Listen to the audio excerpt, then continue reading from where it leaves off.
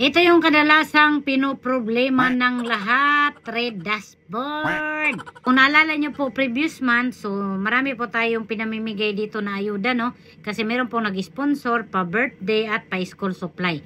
Alam nyo naman, kapag merong binibigay, marami talagang manonood. Kaya green yung dashboard natin. This month, wala naman tayong binigay, ante. Wala, may kwarta.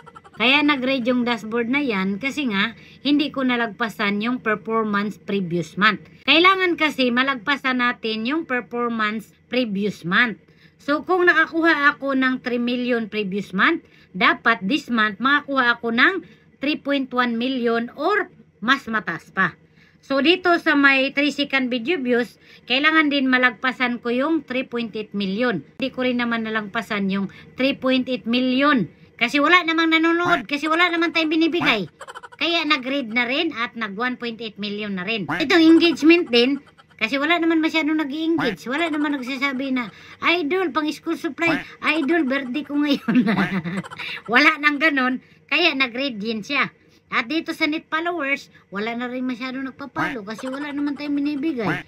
Sila, nagpalo lang sila nung nakaraan. Kasi may binigay tayo. So, ganon ang nangyayari dito, no?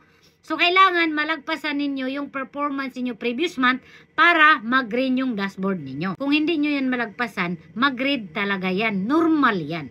So, parang business lang yan ba? Previous month, marami tayong sales. Maraming nabenta. Malaki yung kinita natin. This month, crisis masyado. Walang pera yung mga tao. Walang bumili ng produkto. Wala tayong masyadong sales. So, nag-red yung dashboard natin. Hindi nyo po dapat problemahin yung pamumula ng professional dashboard ninyo kasi it's normal. Kahit marami or konti yung followers mo, normal magre-red yung dashboard mo.